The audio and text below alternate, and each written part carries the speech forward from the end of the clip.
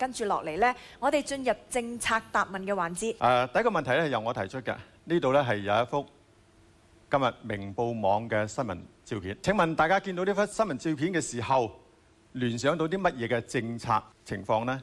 大家會唔會選擇去現場睇睇究竟發生啲咩事？對啲學生講啲咩嘢呢？如果你選擇唔去現場嘅話，會唔會打個電話俾梁振英同佢講幾句説話呢？我覺得俾中學生咁絕食咧，梁振英係冇良心嘅。佢應該立即要撤回呢個洗腦式嘅國民教育。我係支持呢班學生嘅。我不但只係琴日去過，我今日下晝都會去。其實琴日梁振英去過嘅，但係啲學生都同佢講咗，佢淨係做 show，佢根本聽唔到啲學生講乜嘢。唔係反對國民教育咁簡單，而係呢個係洗腦嘅教育。希望政府係快啲撤回。我昨晚已經去過呢個現場呢，去同一啲嘅學生嚟到去打氣㗎啦。咁啊，對呢個國民教育呢，我認為呢係要先擱置，再去諮詢，就唔好強推。我係向學生咧係致敬嘅。我覺得佢哋嘅勇氣同埋熱誠係非常之令人之欽佩。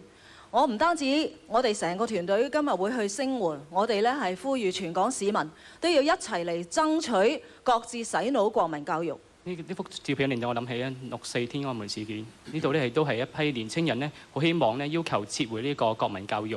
咁我哋亦都會下晝亦都會咧去參與佢哋嘅集會，支持佢哋。你睇我身體力行，痛心疾首呢個反洗腦教育。我哋覺得呢個洗腦教育咧，如果保皇黨放棄咧，咁就呢班人唔使再絕食㗎啦！大家一齊去聲援呢班學生。琴晚咧，我去探過啲絕食學生，即係我諗全香港大家做家長都會覺得好心痛。但係呢，睇下民建聯、工聯會答都唔答，到底你哋點睇呢個洗腦嘅國民教育？其實呢個國民教育根本係共產黨想控制我哋思想。你哋唔該，你哋答下。我見到班學生絕食呢，我自己差唔多喊咗出嚟，諗起23年前另一班嘅學生嘅絕食。中國冇民主，香港冇民主呢，年青一代係受好大嘅苦楚。你哋呢一班保皇黨如果有良心嘅，應該立即要求政府撤回同埋取消呢個洗腦嘅國民教育。學民係一啲好堅持嘅年青人，我亦都係一個好堅持嘅人，我好欣賞佢哋。早幾日我知道之後呢，我都決定今日論壇之後，我會去探佢哋，同佢哋坐低正式去溝通，到底我嘅睇法佢明唔明？我亦都想聽下佢哋嘅睇法。民建聯唔好偷換概念，你係支持依家推行嘅國民教育，你係害呢班學生去絕食嘅，你係逼佢走上街頭。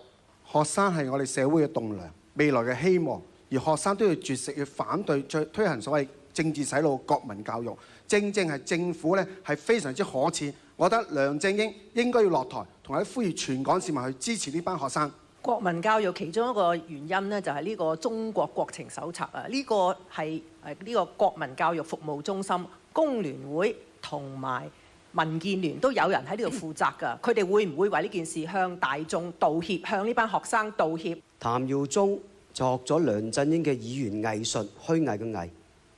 你根本係支持共產黨洗腦式嘅國民教育。你可唔可以作為一個有良心嘅人，要求梁振英立即撤回呢個洗腦式國民教育科呢？民建聯嘅譚耀宗啲仔孫呢，就喺澳洲享受嗰個國民教育呢，就係國旗國歌係任學生批判嘅。而我哋依家所有人嘅教育手冊呢，就係叫學生批判學生，等於文鬥啊，等於文革啊！你而家講緊咩嘢啊？你係害死啊下一代啊！你啲仔啊孫啊走晒啊！你害死我哋留香港啲下一代啊！絕食嘅同學咧，最擔心咧就係即係要洗腦到咧愛國就一定要愛黨，所以即係民建聯咧，其實你哋覺得結束一黨專政、建設民主中國，愛唔愛國呢？